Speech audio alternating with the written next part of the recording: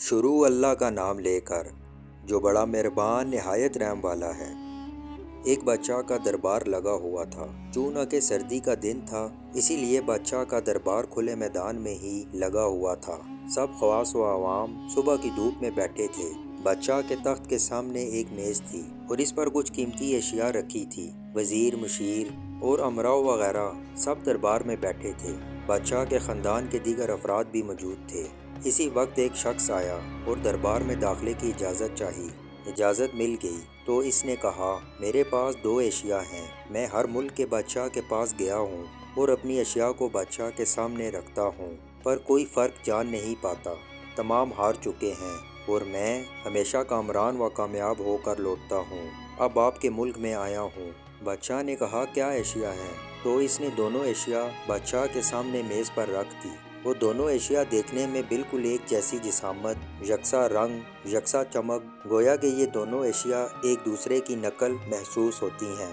بادشاہ نے کہا، یہ دونوں اشیاء تو بالکل ایک جیسی ہیں۔ تو اس شخص نے کہا، جی ہاں، دکھائی تو ایک سی دیتی ہیں، لیکن ہے مختلف۔ ان میں سے ایک ہے بہت قیمتی ہیرا اور ایک ہے شیشہ۔ بظاہر یہ دونوں ایک سے ہیں، کوئی آج تک یہ نہیں پہچان سکا کہ کون سا ہیرا ہے اور کون سا شیشہ۔ کوئی جانچ کر بتائے کہ ان میں سے ہیرا کون سا ہے اور کون سا شیشہ۔ اگر کوئی صحیح پہچان گیا اور میں ہار گیا تو یہ قیمتی ہیرا آپ کا ہو جائے گا، لیکن شرط یہ ہے کہ اگر کوئی پہچان نہیں پایا تو اس ہیرے کی جو قیمت ہے، اتنی رقم آپ کو مجھے بطور انعام دینا ہوگی۔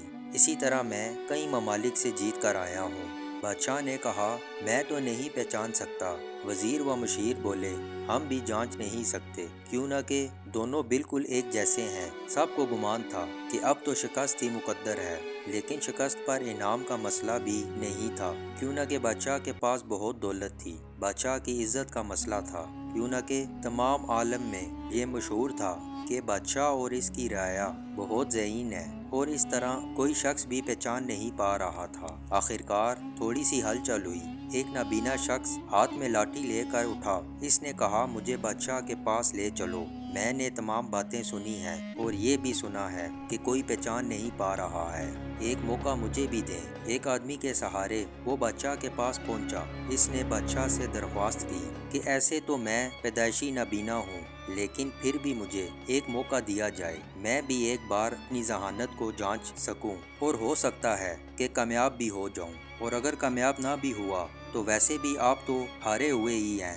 بادشاہ کو محسوس ہوا کہ اسے موقع دینے میں کیا حرج ہے۔ بادشاہ نے کہا کہ ٹھیک ہے۔ اس نابینا شخص کو دونوں چیزیں چھونے کے لیے دے دی گئیں اور پوچھا گیا، اس میں کون سا ہیرا ہے اور کون سا شیشہ؟ یہی آپ کو معلوم کرنا ہے۔ اس آدمی نے ایک لمحے میں کہہ دیا کہ یہ ہیرا ہے اور یہ شیشہ۔ جو آدمی اتنی جگہوں سے جیت کر آیا تھا وہ بہت حیران ہو گیا اور کہا، ٹھیک ہے، آپ نے صحیح پہچانا، آپ کو مبارک ہو۔ اپنے وعدے کے مطابق اب یہ ہیرا بادشاہ کا ہوا۔ تمام لوگ بہت حیران ہوئے کہ ایک نابینا شخص نے کیسے جان لیا کہ اصل ہیرا کون سا ہے، اور سب نے یہی سوال اس نابینا شخص سے کیا۔ اس نابینا شخص نے کہا کہ سیدھی سی بات ہے، دھوپ میں ہم سب بیٹھے ہیں، میں نے دونوں کو چھو کر محسوس کیا، جو ٹھنڈا رہا وہ ہیرا، جو گرم ہو گیا وہ شیشہ۔ اسی طرح زندگی میں بھی جو شخص سخت اور مشکل حالات میں گرم ہو جائے اور حالات کا سامنا نہ کر سکے، وہ شیشے کی مانند ہے، اور جو مشکلات میں ٹھنڈے مزاج اور صبر سے کام لے، وہ ہیرے کی مانند ہے۔